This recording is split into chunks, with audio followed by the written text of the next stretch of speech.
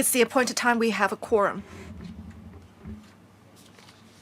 Let's invite representatives of the administration to come inside the conference room.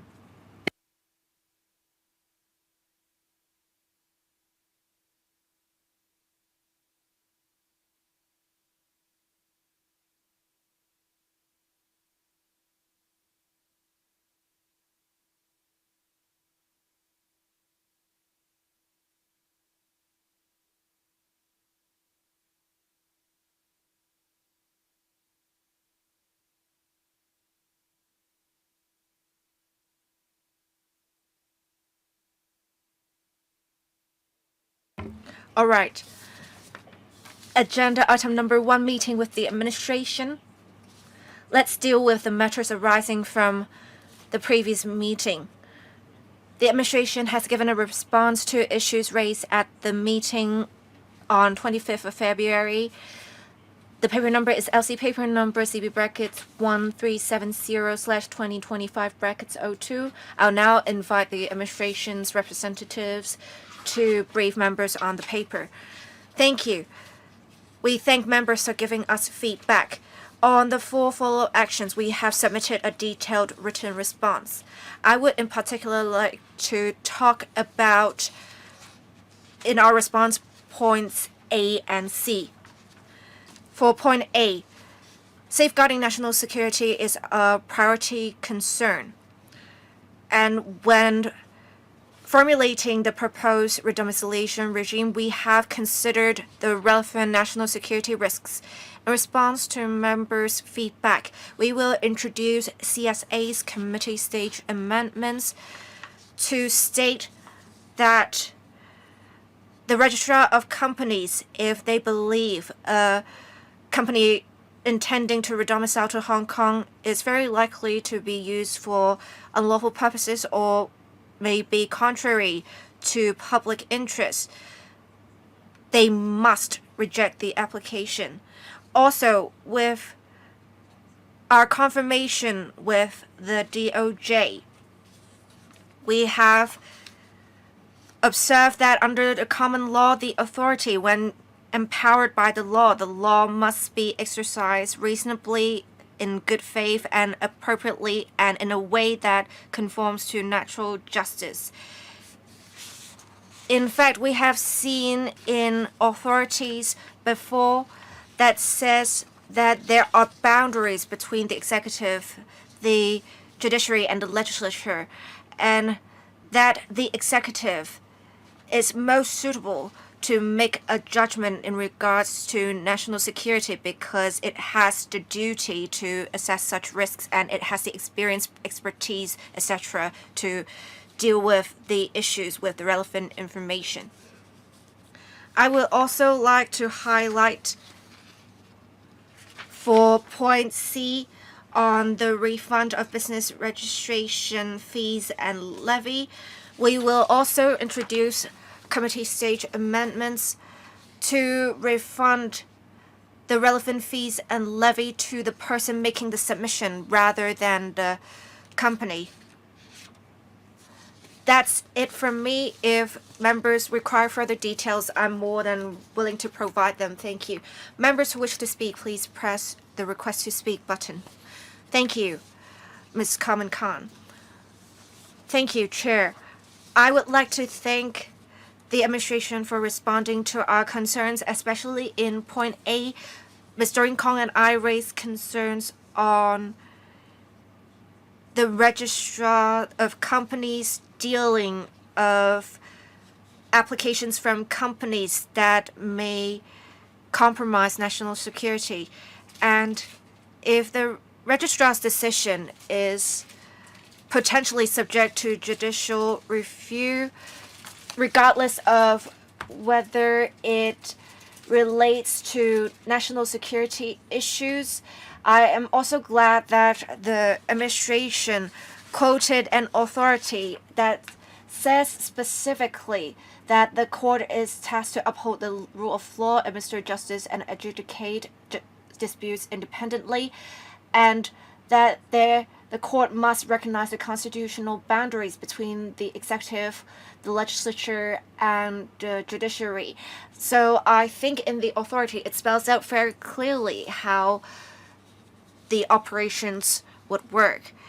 And we have some groups that would have their companies domiciled in Hong Kong, that they would have plans for that, and we of course want to attract more of these companies, but then we need to strike a balance between attracting these companies and mitigating national security concerns. I would urge more of such groups, especially insurance groups, because we know a lot of them are interested in redomiciling to Hong Kong. I hope that they know that Hong Kong can offer many advantages. We have our good systems. We also plan to implement the BEPS 2.0 framework. I believe in future, banks and other companies in the financial sector will be very much attracted to come to Hong Kong with these benefits. Do you need a response, Ms. Kamen Khan? No need, thank you. Any other members who would like to speak? If not, let's move on to another response of the administration. The administration's consolidated written response to submissions provided by organizations, LCB paper number CB brackets 1370/2025 brackets 03. Can the administration's representative please brief members on the response? Thank you. We have reviewed the written submissions and thus given a consolidated written response. We are very glad that most organizations support the proposals. And for various areas such as the policy framework and other specific arrangements, the organizations have raised some suggestions, and we have received similar feedback before during consultations. We had already responded to feedback given then, and now we have provided a consolidated written response to address the points made by organizations. In particular, I would like to highlight for item 5, we would be moving CSAs on legal opinion to be attached to domiciliation applications and forms. We believe it is, with reference to the feedback, there is a need to require that the legal opinion be submitted. Must be issued by a legal practitioner not more than 35 days before the application date. I would also like to highlight for item 6, we will move another CSA to make clear the 75% threshold, what it is exactly. That's it from me, thank you. Any members who would like to speak? Yes, Mr. Yin Kong. I want to ask for item 5, why have you put in place the 35-day requirement? It is quite a lot. Why do we need 35 days? Thank you. Mr. Yang. Right now, for the certificate of the board, it would also be within 35 days. We, of course, don't want it to be too far from the application date, but then if it's too close, we believe it may be difficult to meet. So we have set it to be 35 days. Any follow-up questions, Ms. Doreen Kong? None. Thank you. Ms. Kamen Khan. Thank you.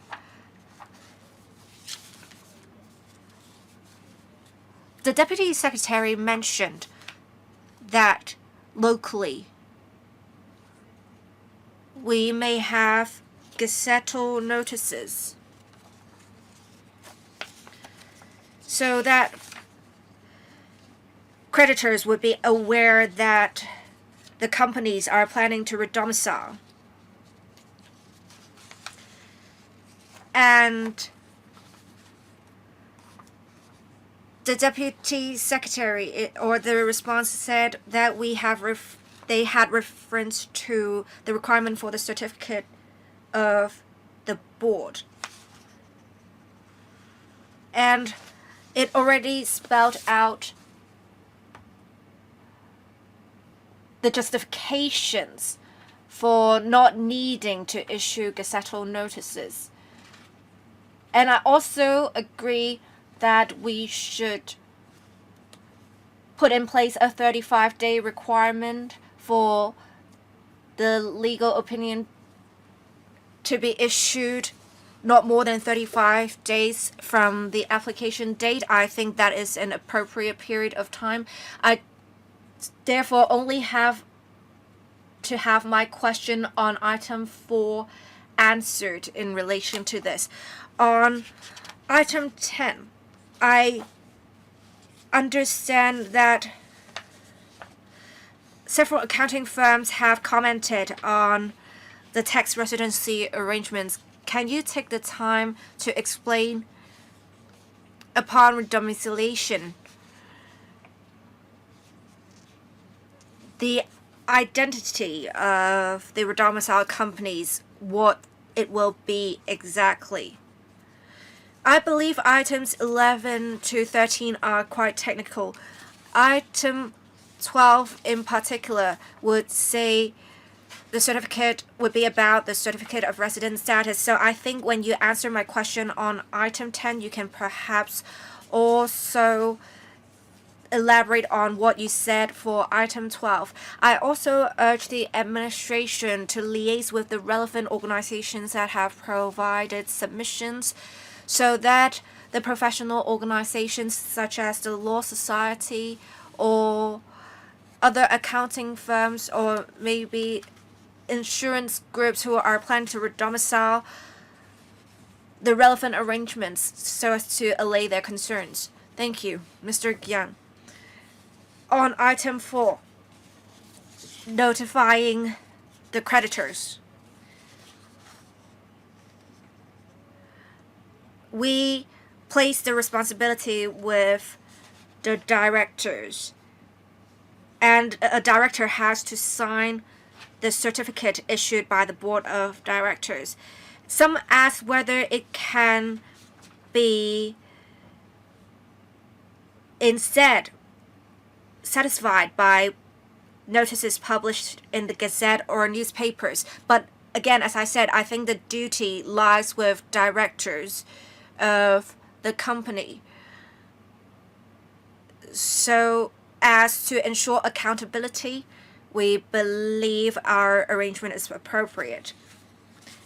As for tax arrangements, I'll ask the IRD representative to answer the relevant questions. Thank you. For item 10,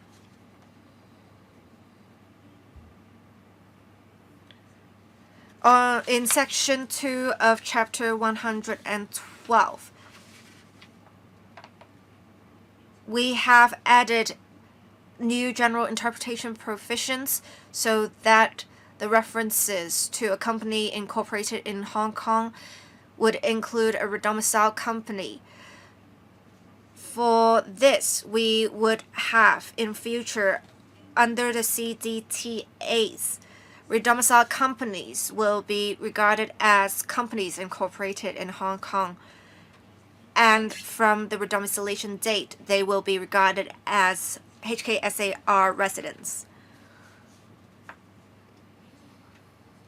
Redomiciled companies upon redomiciliation, if they apply to the IRD for a certificate of residence status, we would define them as HKSAR residents and would issue the relevant certificates to them.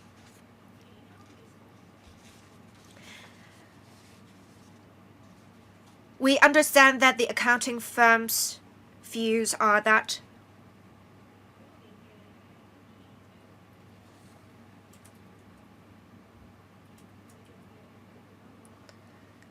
for the CDTA partners, they may not recognize the status of redomiciled companies being equivalent to companies incorporated in Hong Kong.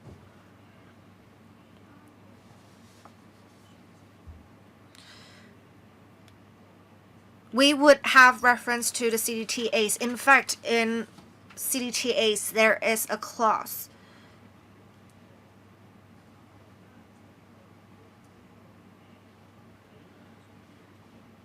it says when there is a dispute in the interpretation of the clauses in the CDTA agreements,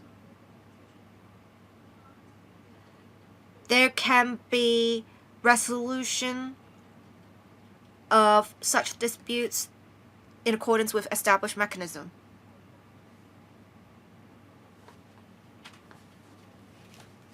As for item 10, that's it from me.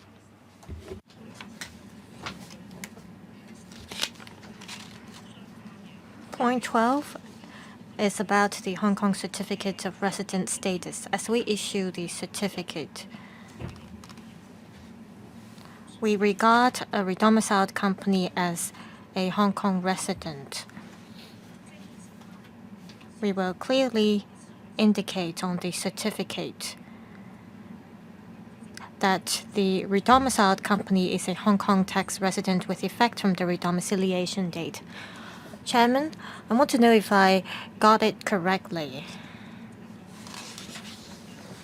The accounting firms wanted to know, starting from which date the redomiciled companies will become Hong Kong tax residents. We have entered into CDTA agreements with a number of places or jurisdictions.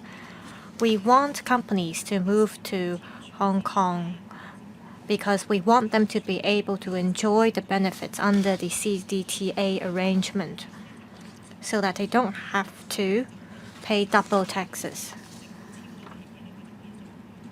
And for companies that have redomiciled to Hong Kong, they'll be able to enjoy the benefits. So the accounting firms want to know whether these redomiciled companies will be included in the scope under the CDTA arrangement so that they can avoid double taxation.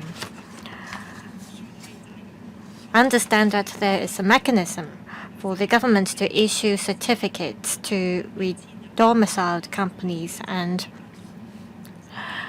it will be indicated on the certificate when the redomiciled companies will become Hong Kong tax residents. Is Common Con correct? Yes. One accounting firm mentioned about STA, the State Tax Administration.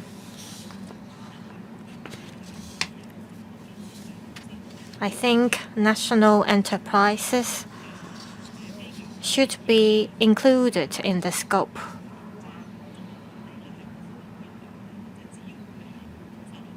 As long as there are no laws prohibiting Chinese enterprises from domiciling to Hong Kong and that there is a deregistration mechanism locally, Chinese firms or enterprises should be included in the redomiciliation regime. I want the administration to clarify on this. Let me clarify. I believe we have talked about this in the previous meetings. Upon the implementation of the regime, we will talk to the relevant mainland authorities. Our provisions are drafted in a way that they would cover different scenarios. That means if there is no objection from the original domicile, incoming companies would be able to deregister from their original domiciles, and these companies will be covered under the regime. As to whether Chinese and mainland enterprises will be included in the regime, we will talk to the relevant mainland authorities about this. Any further questions? No. Any other questions from members on the consolidated reply? If not, let's resume our clause-by-clause scrutiny. Last time, we were looking at LC paper number CB bracket 1185/2025 bracket 01. We stopped at page 536 of the Chinese marked up version. That's section 238. We will carry on from here. The legal advisor will look at the English version at the same time. To facilitate the members as well as the public's understanding, please read out the page number on the top of the pages as you go through the clauses. In the course of the scrutiny, if members have any questions, please feel free to press the request to speak button. We stopped at page 536 of the Chinese copy, and I remember that Ms. Doreen Kong had a question when we stopped at that page. Would Ms. Kong like to raise your question? Thank you, Chairman. Thank you for remembering that I had a question. On page 536, 1A. I don't quite understand the Chinese version of bracket 1A.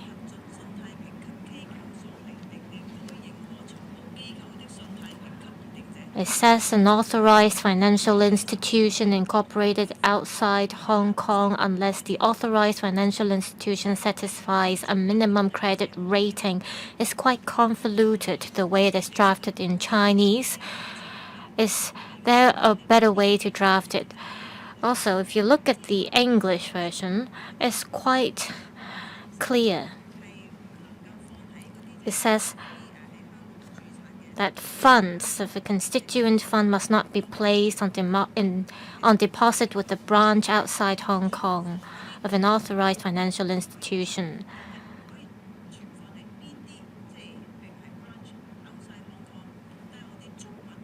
However, in Chinese,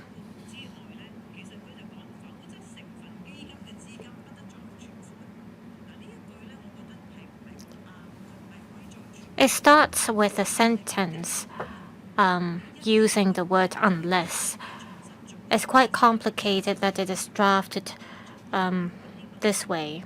I'm referring to the Chinese version. I have no problem with the English version. We will follow up with the DOJ after the meeting. Any other questions, Ms. Kong? No, thank you. Let's carry on. The administration, please walk us through the bill. Page 536, C4218. It says here that the funds of a constituent fund must not be placed on deposit with a branch outside Hong Kong of an authorized financial institution incorporated outside Hong Kong.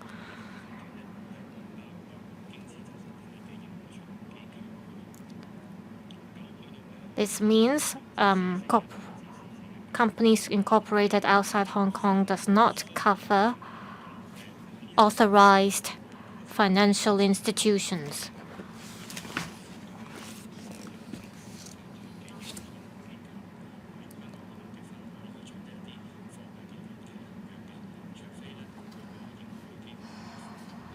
Now this part about forward contracts.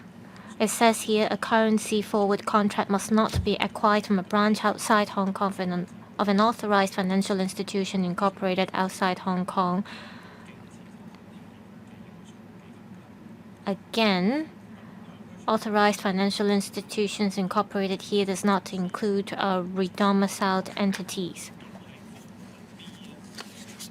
Schedule B.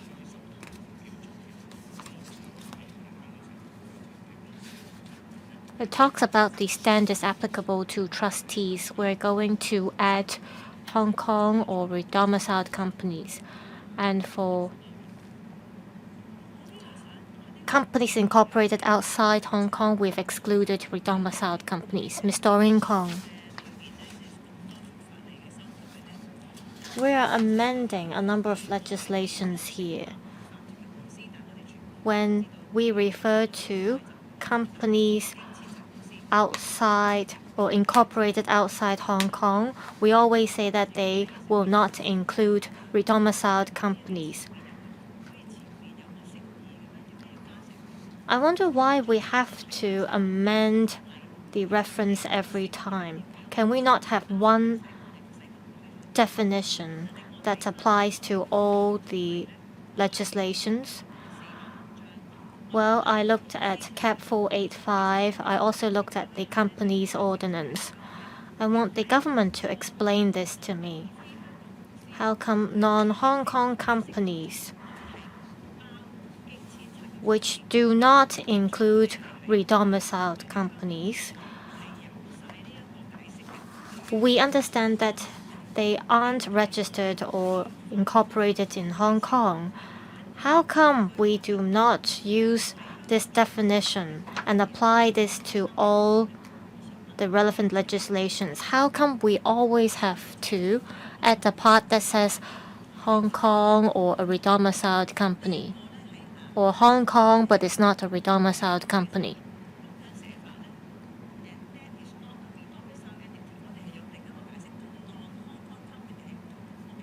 If you tell me that a redomiciled entity is different from a non-Hong Kong company, I understand, but how come we have to repeat this every time?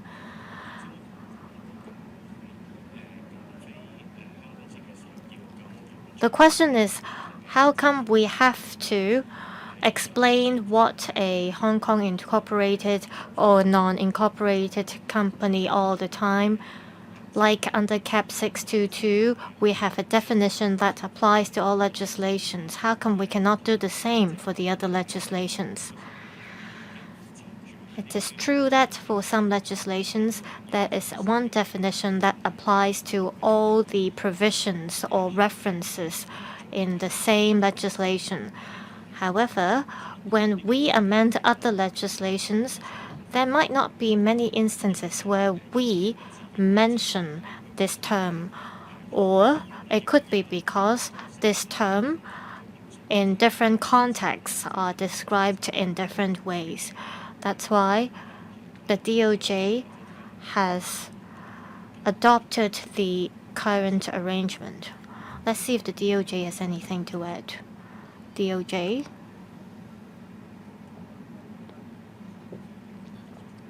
Thank you, Chairman. We agree to what the administration said. CAP 485. There is not a definition for company incorporated in Hong Kong. Therefore, we have to say specifically that it will include redomiciled companies. Chairman, I've read CAP 485. 485A is of course under CAP 485. And we're going to look at the Securities and Futures Ordinance. There is also a reference of non-Hong Kong company. Can the administration think about this? It means the same thing across different legislations. I understand that for some legislations there might not be an overarching definition. However, since you already have a definition for non-Hong Kong company, how come we have to amend the definition every time we see this term? I think similar views have already been made by other members. I remember Mr. Paul Che also raised the same opinion in the previous meeting. Would the administration look into this?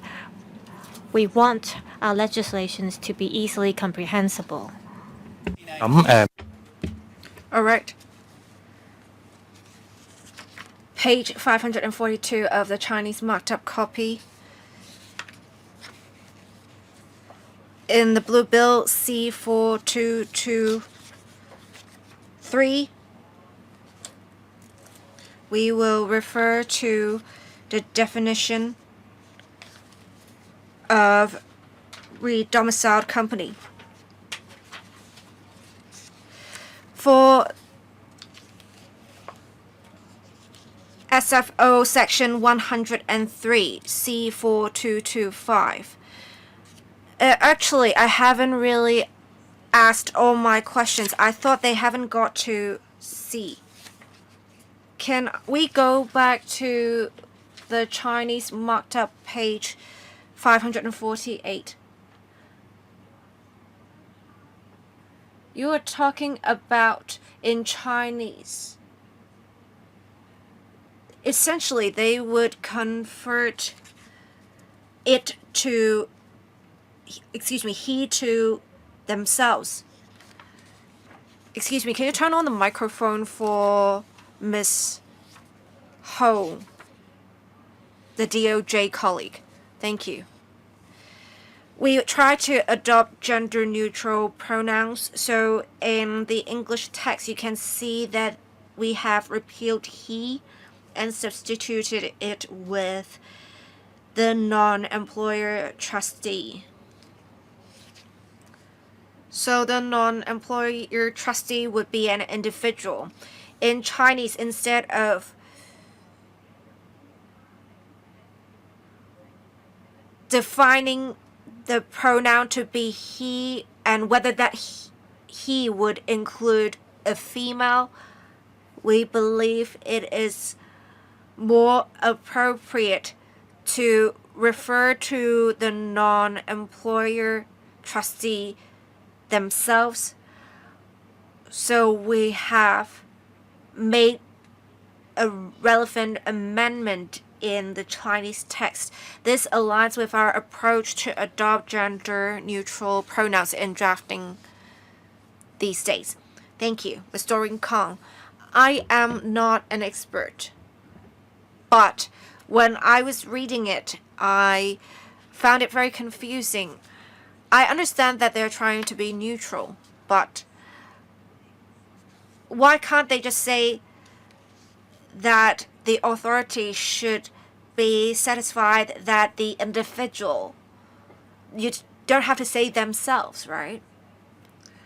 I have read many pieces of legislation before. I do not often see them using this approach, saying themselves instead. I think the way that they explained it does not really justify the approach, and I think it can be confusing in the sense that when there is an agent, would it be restrictive? Would you have the unintended consequence that we have restricted it to the trustee itself rather than including agents? Thank you. I think the DOJ should have reference to this.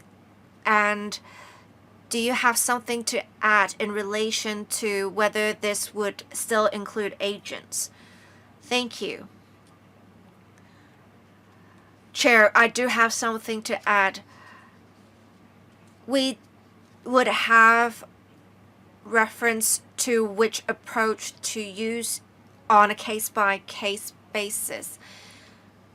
In the English text or the Chinese text, we have been referring to the trustees all along. We did not spell out specifically that it would include agents.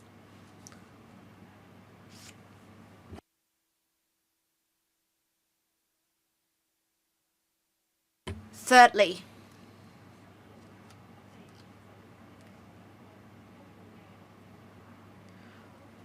we do not have a strict approach that we should not or should use themselves, as long as there is no alternate meaning that can be derived, because here all along we have been referring to the non-employer trustee. I think to answer the member's question, our approach is appropriate and will not derive any alternate meanings. Let me also say this. Even if we use another pronoun, such as if we stick to the pronoun he,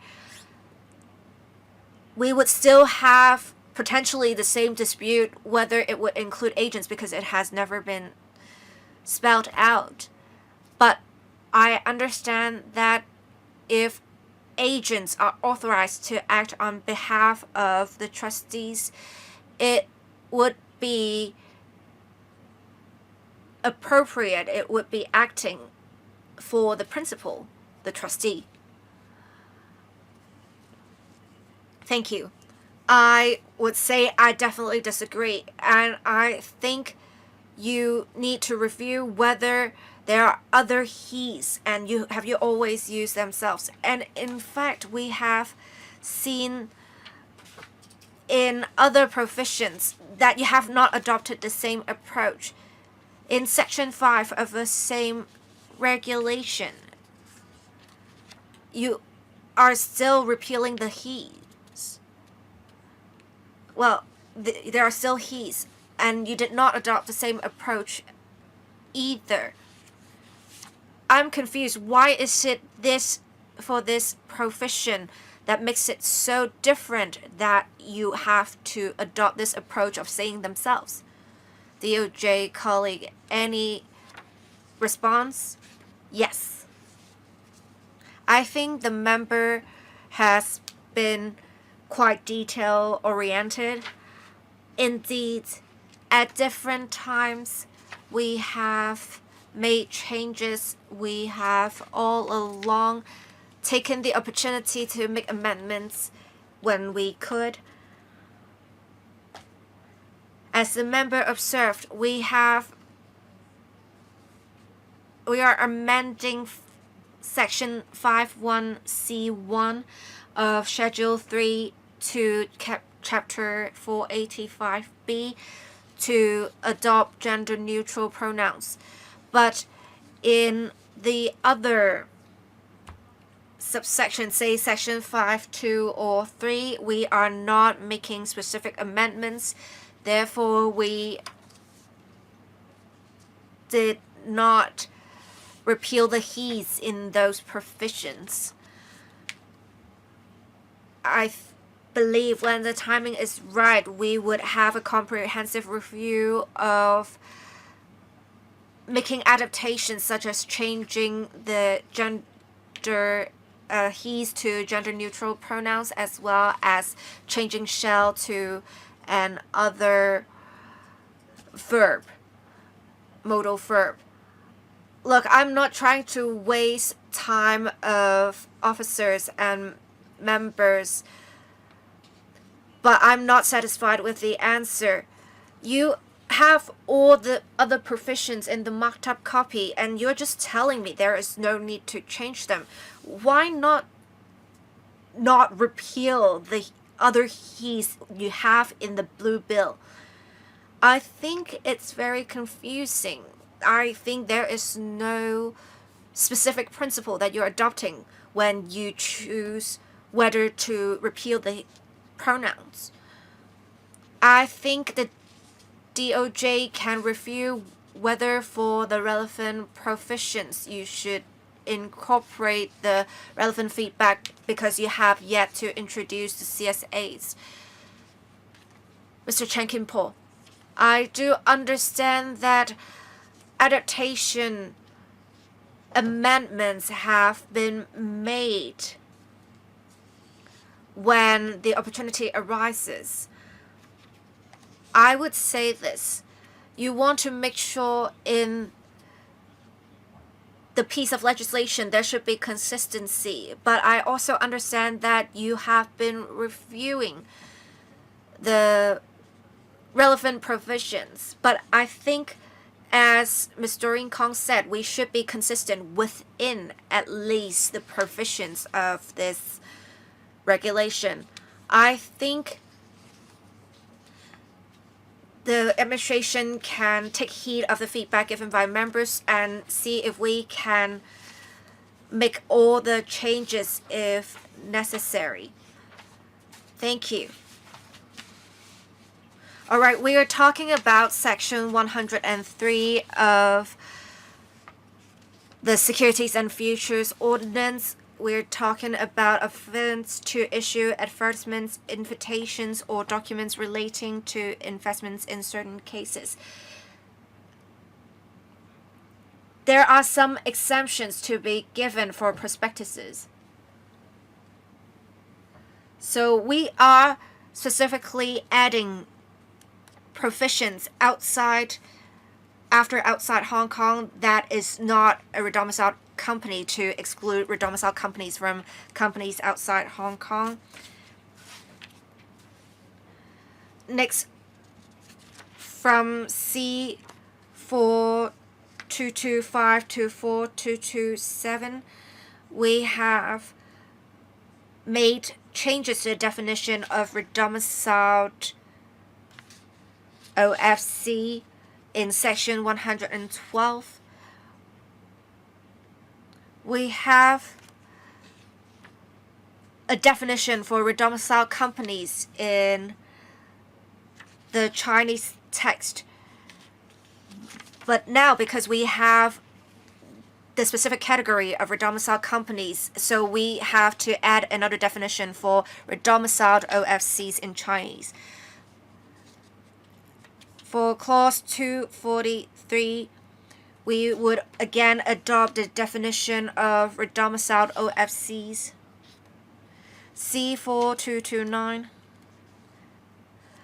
clause 244, section 175 amended. Requirements for offers by intermediaries or representatives for regulated activities. And again, the amendment is to exclude redomiciled companies from the reference to companies outside Hong Kong. Clause 245, it amends section 179.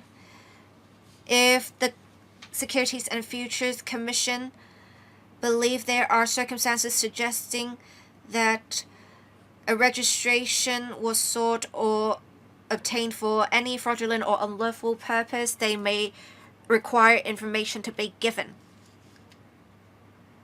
So, if a registration under section 820C1, that there are such circumstances, the Commission has the power to require the production of records, just like the other cases set out in the section.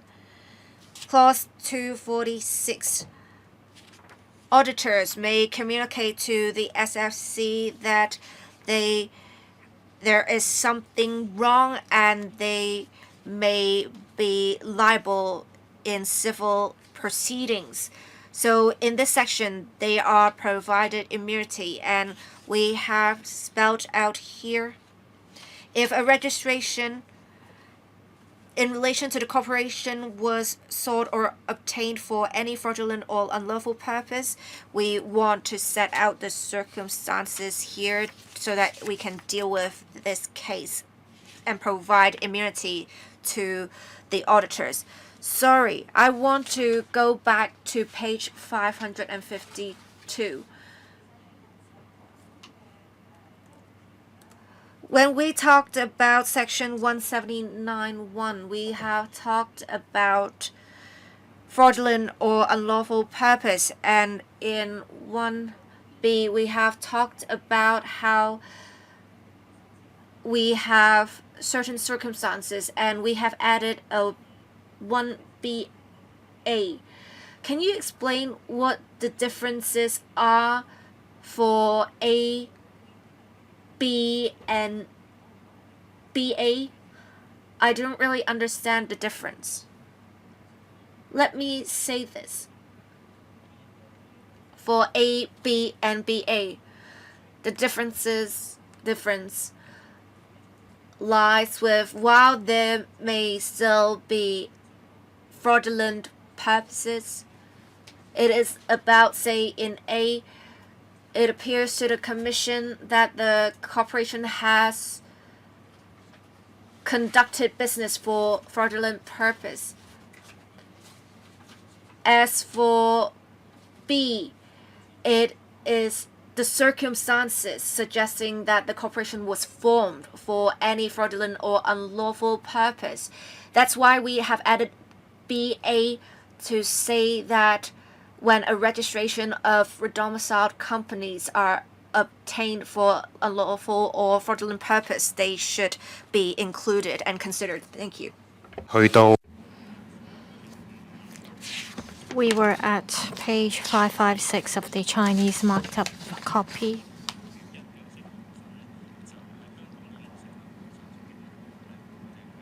Schedule 1, Interpretation and General Provisions. Bank incorporated outside Hong Kong means a bank incorporated outside Hong Kong, and it's not a redomiciled entity. Page 560, Schedule 5.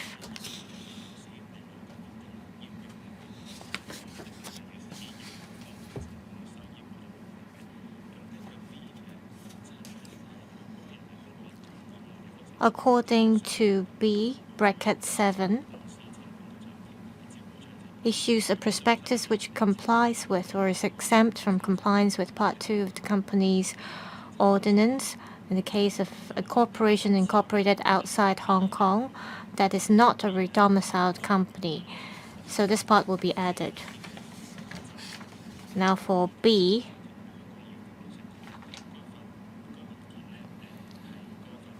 the document issued contains all the matters which under Part 7 of that ordinance would be required to contain if the corporation were a corporation incorporated outside Hong Kong.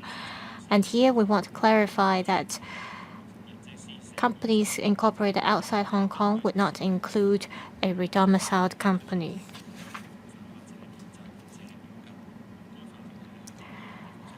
And bracket A, a prospectus which complies with or is exempt from compliance with Part 2 of the company's winding up and miscellaneous provisions ordinance, or in the case of corporation incorporated outside Hong Kong. Again, we want to clarify that such company incorporated outside Hong Kong will not include redomiciled companies. Schedule 7, offers by intermediaries or representatives for Type 1, Type 4, Type 6 regulated activity. If any requirement cannot be satisfied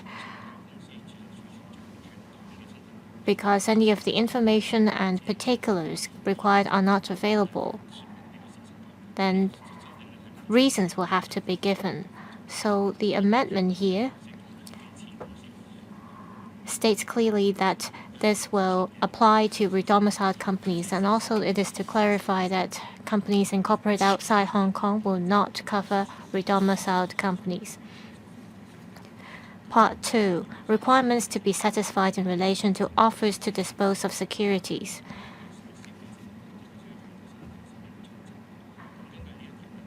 If the securities offered are currently listed on any stock market, whether a recognized stock market or any other stock market outside Hong Kong, will be uniform in all respects with securities of the body in question. And Section 3 here is to state that the corporation incorporated outside Hong Kong will not include a redomiciled company.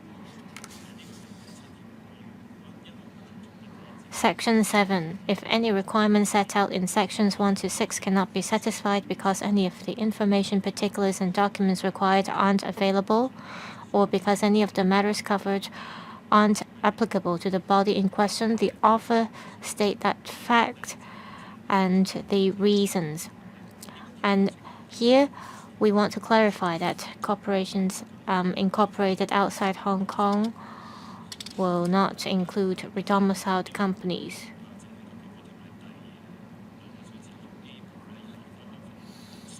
Roman number 6A here mentions about fund company. So here we want to adopt the same definition. And the relevant parts are on pages 568 to 574.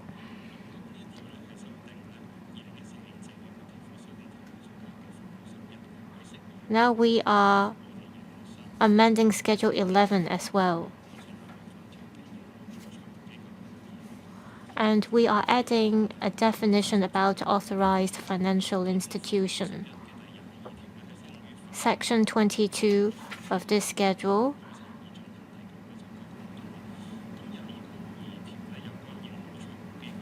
(22)(2). If the applicant is an authorized financial institution incorporated in Hong Kong, the applicant has to submit forms to ensure that it has complied with the relevant requirements under the banking ordinance. We have to amend this part so that authorized financial institution will be included under this part of the ordinance. Schedule 11, Section 3 applies to authorized financial institutions to carry on Type 9 regulated activities. And this is only after the commencement date that it can carry on with the Type 9 activity. It has to submit forms to ensure that it has complied with the relevant requirements under the banking ordinance. So we are amending bracket 4C so that authorized financial institutions will be included in this part.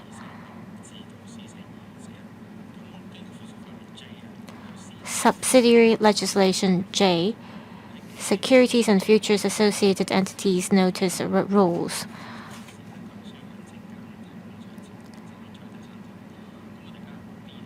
We are adding bracket BA here so that the relevant applicants, or the relevant companies, if there are any changes, they'll have to submit forms. If there are any changes to their place of domicile and the date beginning on which that place has been its place of domicile.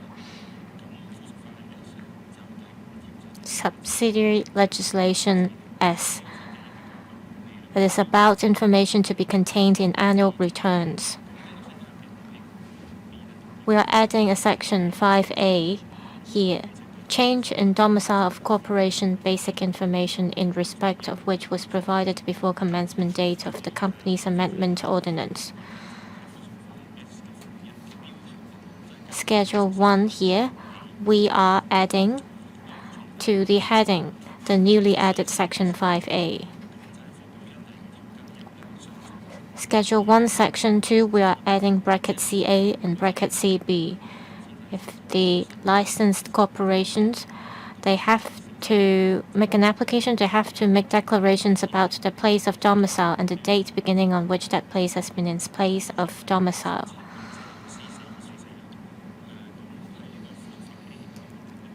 Subsidiary legislation AL. We're adding a definition for authorized financial institution incorporated in Hong Kong, as well as the authorized financial institution incorporated outside Hong Kong to echo with the banking ordinance. Subsidiary legislation AN. We are amending certain definitions here. We are amending local authorized financial institutions as well as overseas AFI's definitions.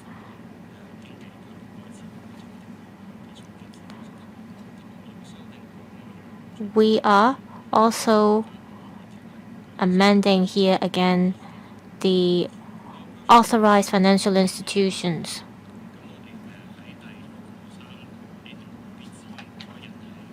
Section 6 bracket 3, A and B. We're adding the part on the day on which the exit notice is given. This is to enhance the clarity of the provision here.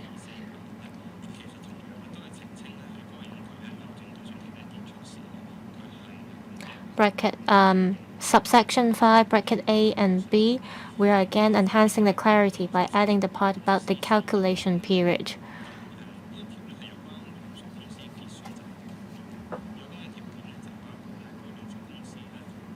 Now, page 578 of the English version.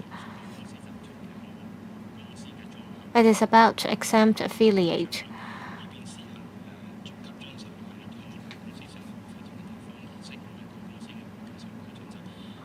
It's about some accounting rules. If the holding company is incorporated in a place outside Hong Kong and is not a redomiciled entity, the standards of accounting practices applicable to the holding company in that place. That means the redomiciled entities will have to follow the rules issued by the Hong Kong Institute of Certified Public Accountants or the International Financial Reporting Standards issued by the International Accounting Standards Board. Section 99, we're adding a definition for non-Hong Kong custodian.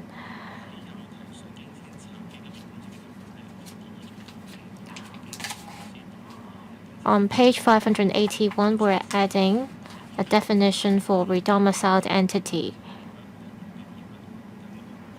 And the relevant details are set out in pages 598, 680. Hold on, Ms. Doreen Kong. Well, I think the administration is rapping here. It's going too fast. I can't read that fast.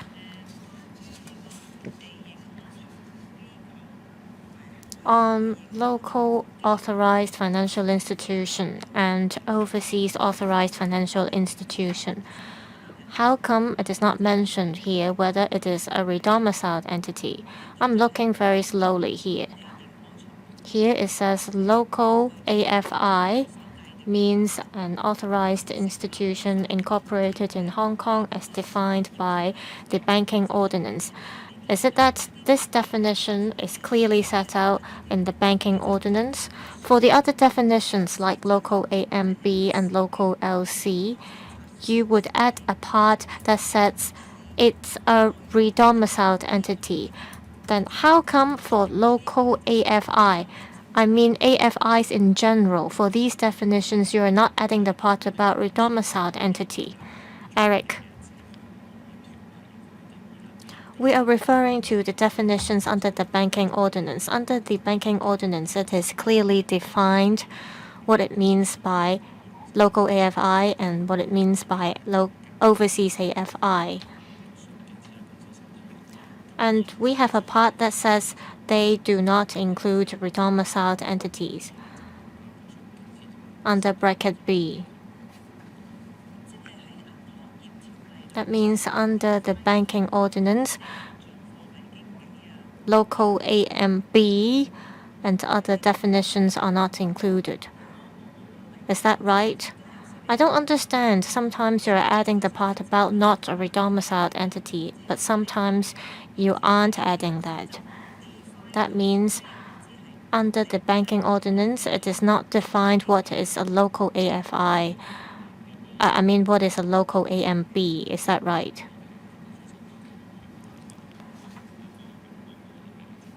Yes, Ms. Kong is correct. Under the banking ordinance,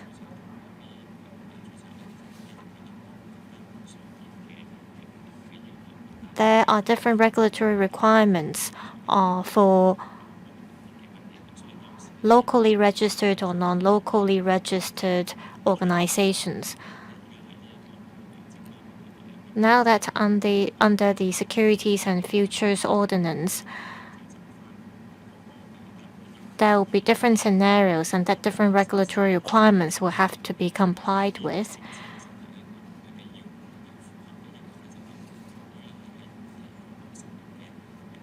For redomiciled entities, they'll have to comply with the same set of requirements like those local companies or organizations incorporated in Hong Kong. Page 606 of the Chinese version is about the deposit rules. We are adding the definition of domiciled entities.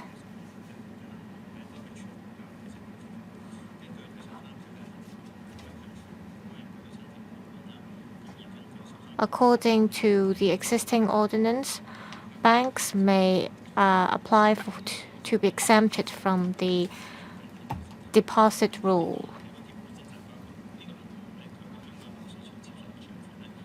this office of this Hong Kong office of the banks, they are protected by the deposit rule.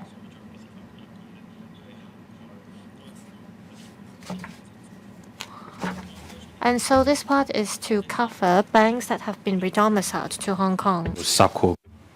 Right. Section 23. Clause 263. The monetary authority to report to Chief Executive in Council on occurrence of specified event. So for certain instances, they will not be covered by the deposit protection scheme, but then the deposits may be protected by other deposit protection schemes elsewhere. So this is to cover that.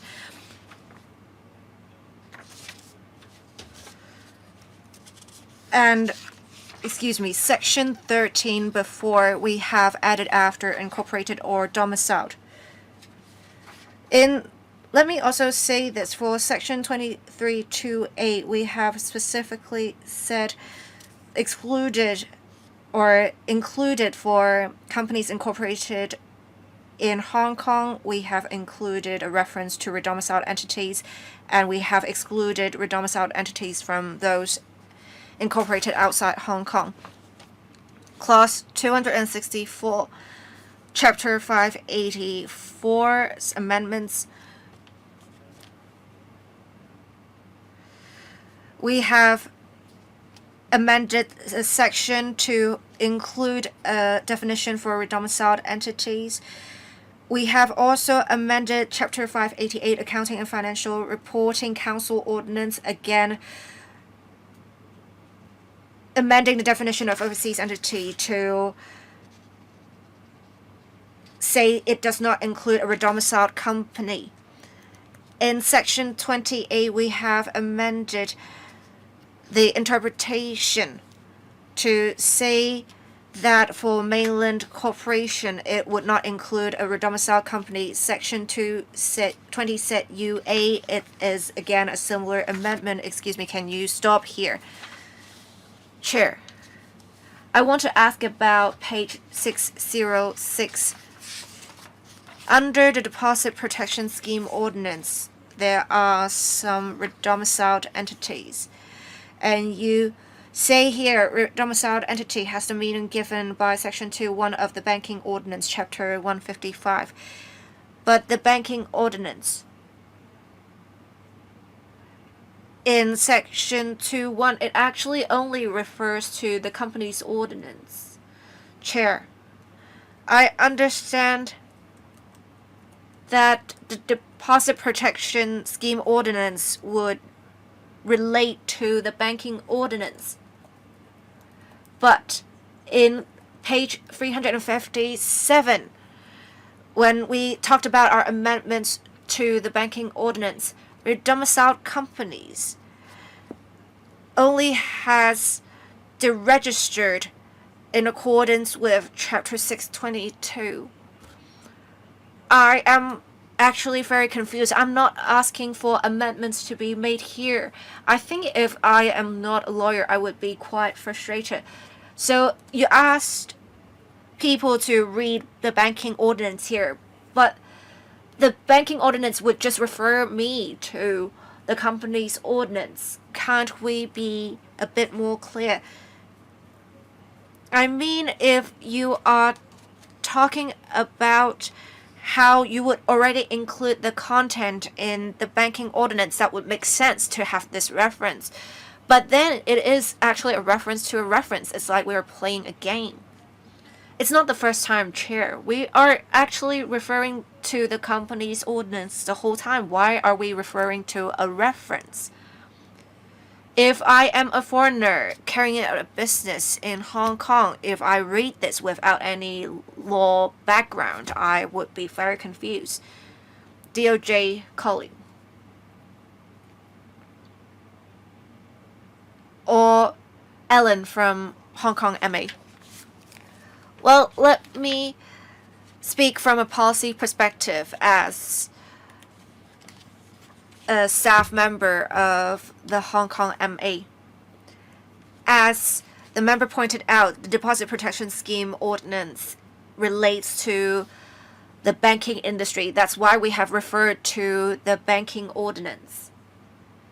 As for the redomiciled entities definition in the banking ordinance, it would relate to redomiciliation arrangements, and in section 820E we have referred to the specific redomiciliation arrangements, so that's how the reference works. I believe if necessary, if one has to get a better understanding, they would have to refer to Chapter 622, the company's ordinance anyway. So that's the answer from me. Thank you. Anything to add from the DOJ representatives? Can you turn on the microphone for the representative? Ms. Lam. We understand the frustration of the member that we are referring to a reference, but as the Hong Kong MA representative said, we have a relationship between this ordinance and the banking ordinance. In addition to that, we have actually another definition for redomiciled companies. For redomiciled entities, they are different. So redomiciled company, they have to be deregistered in order to be regarded as redomiciled entities. So there is a different definition for these two. So we have in Chapter 581 redomiciled entities having the meaning given by the banking ordinance. Ms. Doreen Kong, any follow-up questions? If not, please go back to clause-by-clause examination. Thank you. Chapter 615, Anti-Money Laundering and Counter-Terrorist Financing Ordinance. Section 53, ZRK application for and grant of license. So we are doing a consequential amendment here to say that it is defined by Section 2.1 of the company's ordinance. Section 53 ZTC ZTZ, we are excluding redomiciled companies. In Schedule 1, Clause 270, in Section 1, Part 2, Schedule 1, we have added definitions for redomiciled companies, redomiciled entities, and registered non-Hong Kong companies. Clause 271, Schedule 2, requirements relating to customer due diligence and record keeping. It has been amended in the definition of identification document. We would have, in particular, the certificate of redomiciliation. And Schedule 1.1 identification document, again, we have made some amendments that are similar. We have excluded in the definition of related foreign financial institution redomiciled entities from those incorporated outside Hong Kong, and for companies incorporated in Hong Kong, we have added another reference, or is a redomiciled entity. We have in Schedule 2, Section 22, that said that is incorporated in Hong Kong or is a redomiciled entity. We have for Section 22.2a, for financial institutions incorporated in Hong Kong, we would include redomiciled entities. Clause 272, Schedule 3D amended associated entities prescribed particulars. The particulars provided would have to include place of domicile and each of the former places of domicile. Clause 273, Schedule 3J, information to be provided in cash transaction report. It is amended so that the particulars provided, that is the basic information, would have to include address of the registered office of the person in its place of incorporation, as well as the address of the registered office of the person in its latest place of domicile. Next, Financial Institutions Resolution Ordinance, Chapter 628, Clause 274. From the definition of Chief Executive Officer, we have excluded redomiciled entities from the companies outside Hong Kong, and for non-Hong Kong financial institutions definition, we have again excluded redomiciled entities. We have also added a definition for redomiciled entities, Section 24, power to remove directors. Excuse me, I want to refer to page 624 of the marked up copy in Chinese. So it says here that you would add a change that it is not a redomiciled entity. But then in page 622 of the Chinese marked up copy, you already had a change made that is neither a redomiciled company nor. Why do you need to say here again that it is not a redomiciled entity? So what's the point of amending the definition then? I'm so confused. Paragraph D, why can't you say a specific definition and that's it? Thank you. In page 622 of the Chinese marked up copy, we are referring to the definition in companies ordinance that is non-Hong Kong companies registered under Part 16. But under paragraph D, here, that in page 624, it actually has a wider definition because it would include non-Hong Kong incorporated companies that are redomiciled. Alright, I understand. So non-Hong Kong, registered non-Hong Kong company. So essentially paragraph D would refer to non-Hong Kong companies in general. I'm not asking you to change this, but is this what you meant? Is this the policy intent? Or will the DOJ colleague answer this question? Miss Celia Ho, any response? We have nothing much to add, as the FSTB representative said, as it refers to also companies not registered under Part 16. We are drafting the provision this way to reflect the policy intent. So we are trying to carve out redomiciled entities while referring to the companies. Thank you. No follow-up questions, Chair. Thank you. We have added Section 9, Clause 275 in, or subsection 9 in Section 24, so that financial institutions incorporated in Hong Kong would include redomiciled entities, and on the other hand, those incorporated in a non-Hong Kong jurisdiction would not include redomiciled entities, and it's the same for holding companies.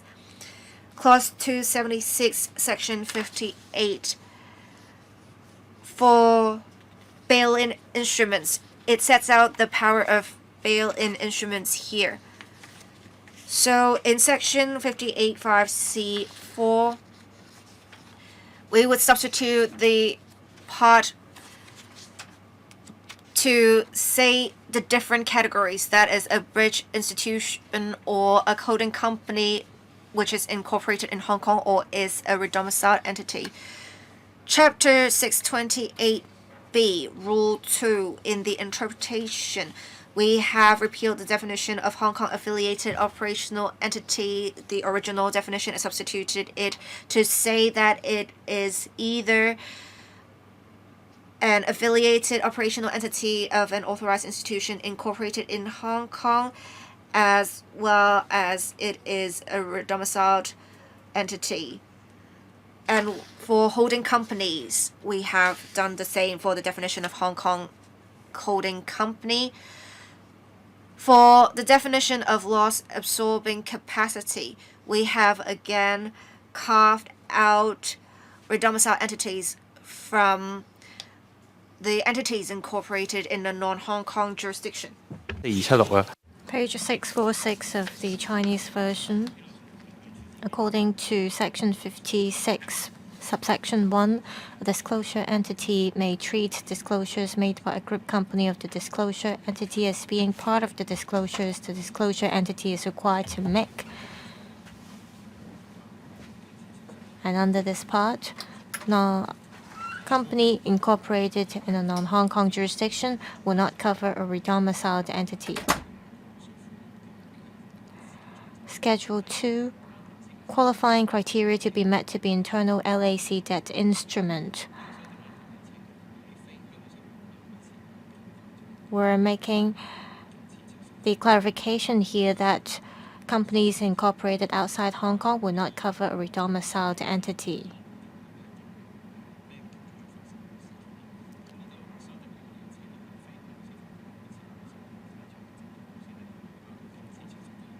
And again, we're making another amendment clarifying that companies incorporated outside Hong Kong is not a redomiciled entity. And page 627. Hold on, Ms. Carmen Khan. Page 653. It's about limited partnership funds. And before we proceed with that, we have covered a number of amendments to the legislation. For companies that have domiciled to Hong Kong, they will have deregistered from the original domicile, and the Hong Kong Monetary Authority will regard that company as one that is incorporated in Hong Kong. That's why we saw a number of amendments. Page 644, Section 26.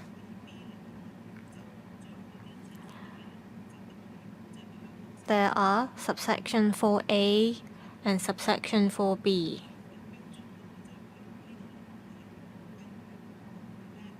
Here, it's about the internal LAC scalar,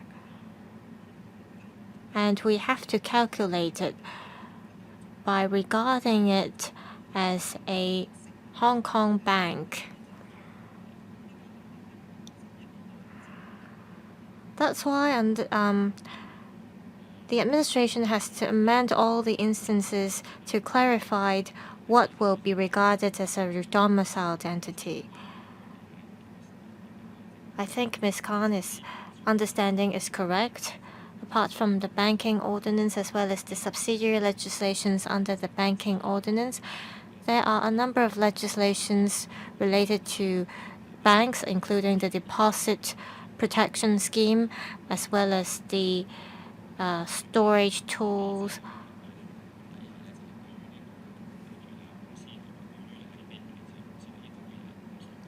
All along, we adopt different approaches for locally incorporated companies and companies incorporated outside Hong Kong. And Ms. Carmen Khan touched on Section 26, internal LAC scalar. And this is a very valid example showing the differences between locally incorporated companies and companies incorporated outside Hong Kong, they have to comply with different requirements. And that's why we have to amend all these subsidiary legislations to clarify what regulatory requirements a redomiciled entity will have to comply with in the future. Now, on the part about partnership limited funds, we are adding a definition here. Limited partnership funds companies can be incorporated in Hong Kong. Page 656 of the marked up copy.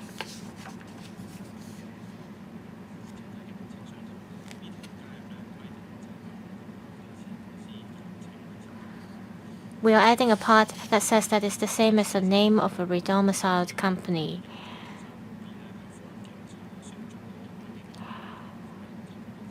Yes, Ms. Doreen Kong. Chairman,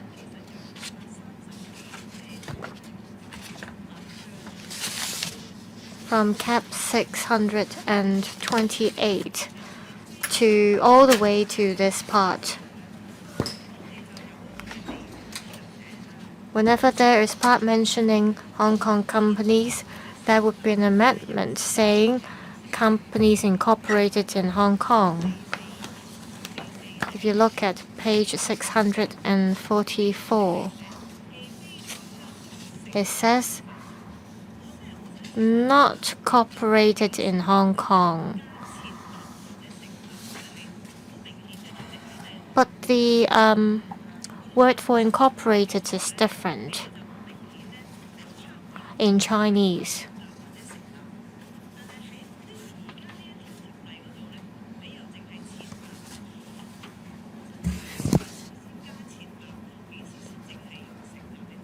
So when do you use entity and when do you use established and when do you use incorporated?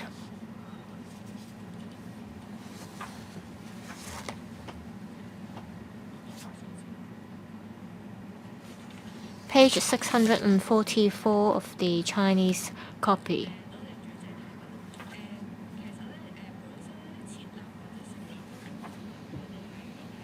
If you look at the English version, cap 628,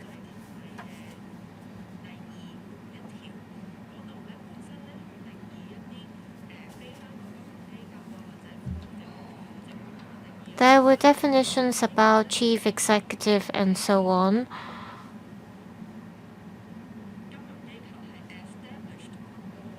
It says financial institutions established in a certain place. When this provision was drafted, we used the word established.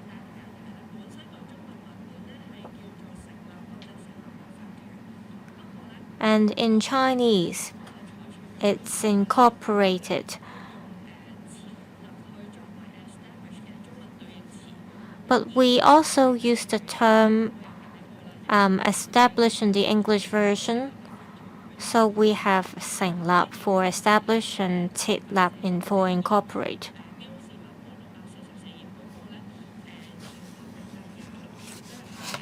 And for page 644 of the marked up copy,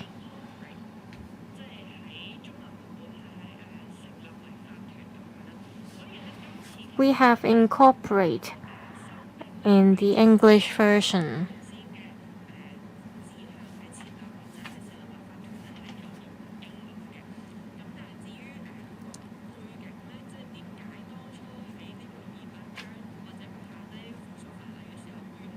So how come establish and incorporate are used in other instances? I think it reflects the legislative intent. But all along we have been using the word incorporated in general. Yes, Ms. Doreen Kong? Well, we have a chance to look at so many different legislations this time. And with so many legislations having to be amended, we have to see if there is consistency. And we are starting to see the different translation, like to establish and to incorporate.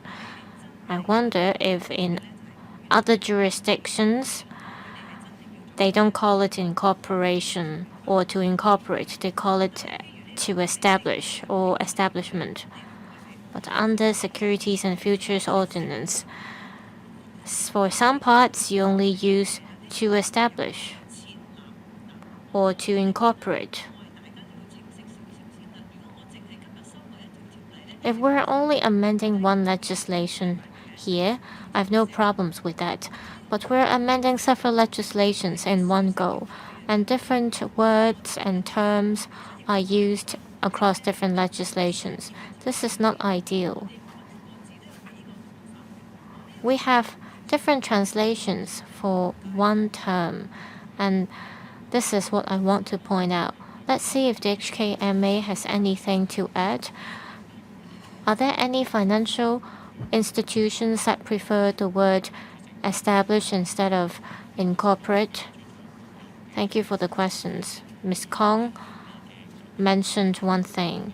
Some overseas financial institutions, when they were established, they might not be incorporated as a corporation.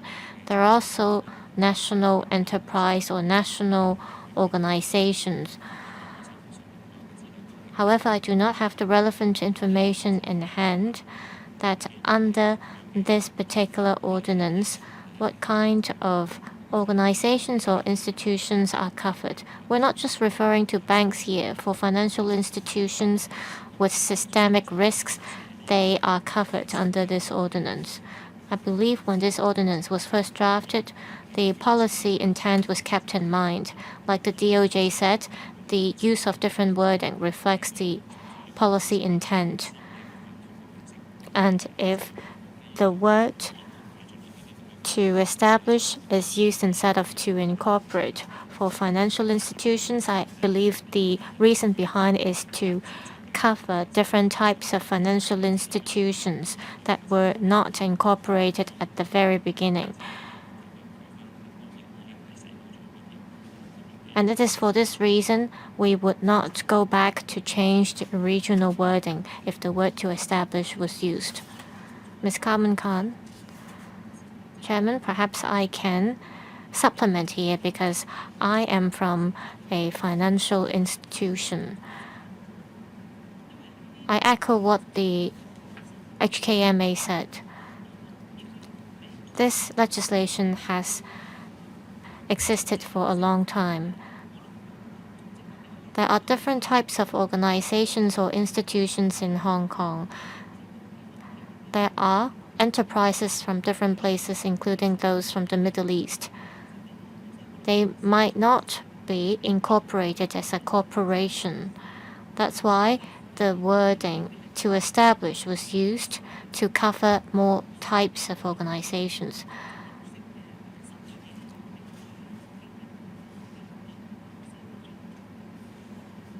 I'm just trying to supplement here.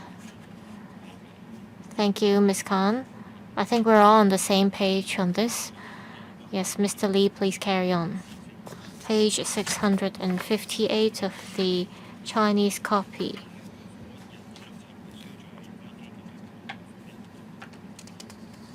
A register will have to be kept by the limited partnership fund company with the relevant information, including the number given by the company's registry.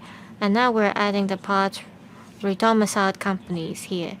And for those that are not incorporated in Hong Kong, they would not cover redomiciled companies. Page 664 of the Chinese copy.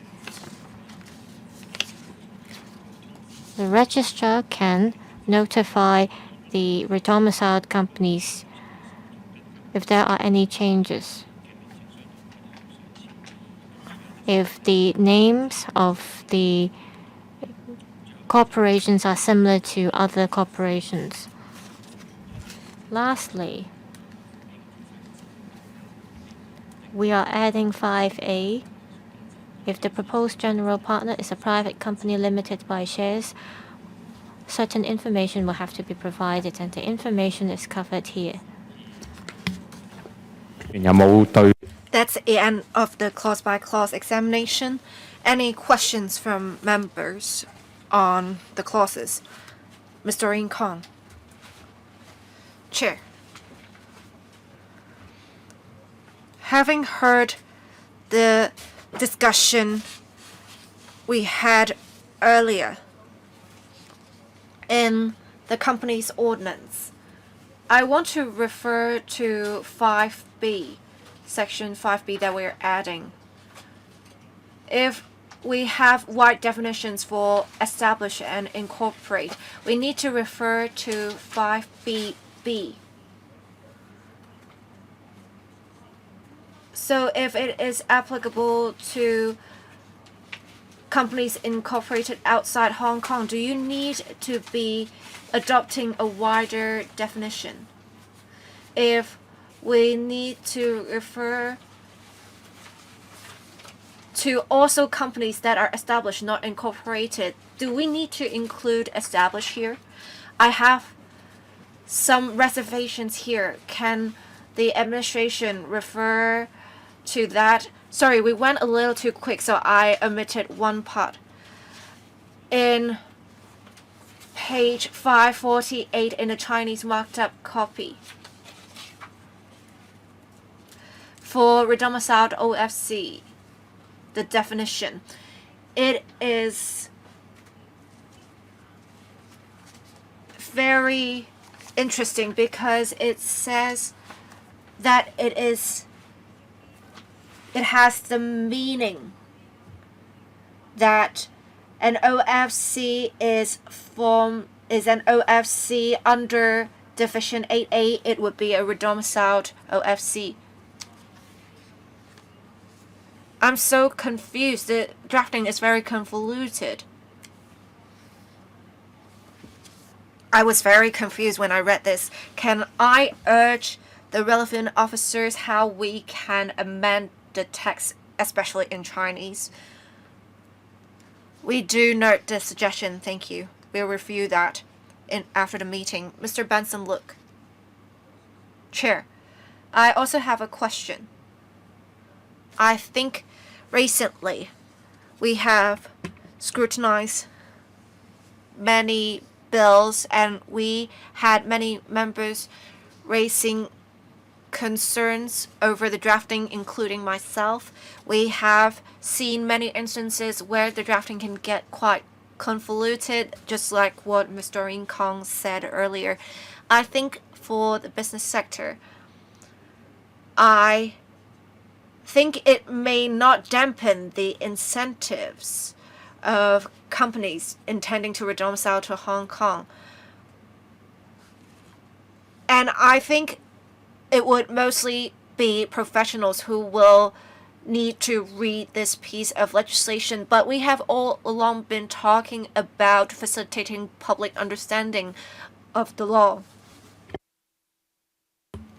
So, for the verbs establish or incorporate, if you have a reason for distinguishing them, that I would understand. But then if you're just talking about how there may be historical reasons and you're just sticking to this for that reason, I think it is not appropriate. I think the DOJ officers in future can review the drafting to make sure it is simple. I think the DOJ officers note the suggestion. Any other questions on the clauses?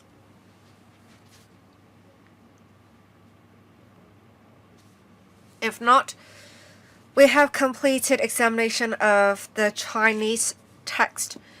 I want to ask if the legal advisor or members have any issues to raise relating to the English text. Legal advisor, thank you. In February, the Legal Services Division issued a letter to the administration highlighting certain issues. The administration has given a response. Other than the issues raised, we have not found any other issues in the Chinese or the English text. All right, we have completed the clause-by-clause examination. The administration proposed some amendments, and the amendments are found in LC paper number CB brackets 1387/2025 brackets 01. Can the administration brief members on the proposed amendments? Thank you. As I said earlier, in response to members' feedback as well as the legal services division's feedback and feedback from stakeholders, we are now going to brief members on the draft CSAs or the proposed CSAs. Item 1.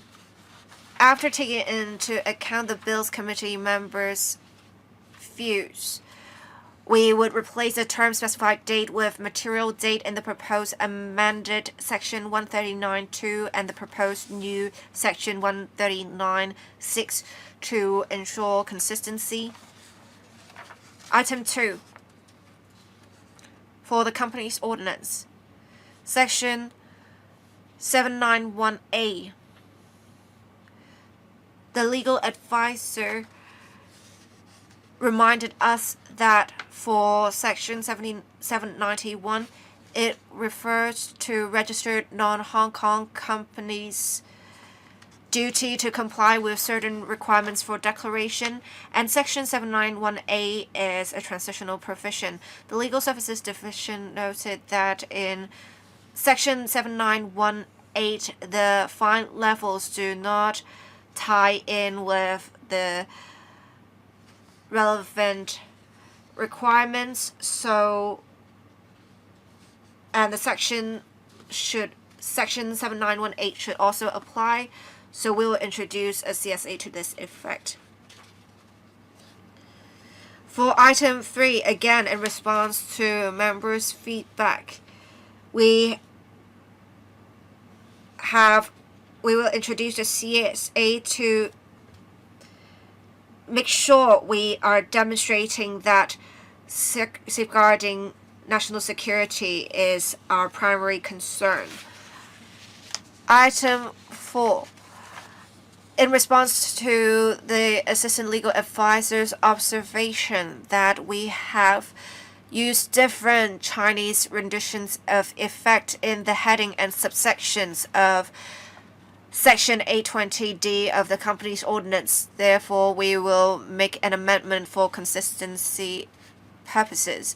Item 5, we will replace redeeming with redeemable in the English text. This is just a technical change in Section 3 of Chapter 622. Item 6, Section 4 of Schedule 6A to Chapter 622. In response to members' feedback on the 75% threshold requirement, we will make clear the requirement, what the threshold is. Item 7. Section 2, Schedule 6C to Chapter 622. We will have a CSA that is consequential to item 6. We will also put in place a 35-day requirement, as said earlier, for legal opinion to be issued.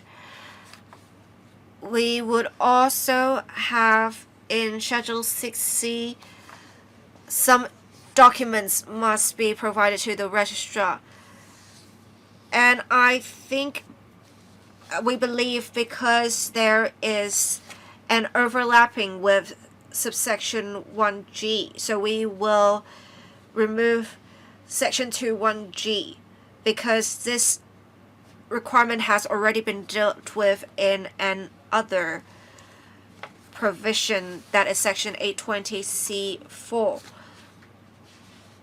Now, for another amendment that we have for this item, we will refine subsection 202 to spell out specifically that we only require the applicant to pay the debts that will fall due within the 12-month period beginning on the application date.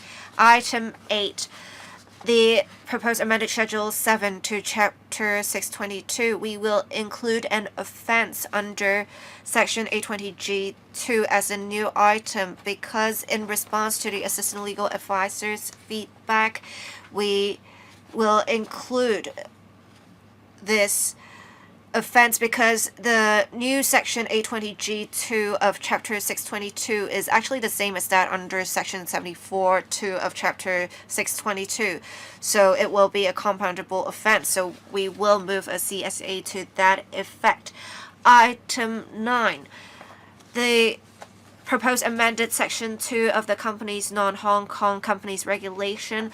We will make clear in the Chinese text so that for the place of incorporation, we would have it replaced with where the company is incorporated.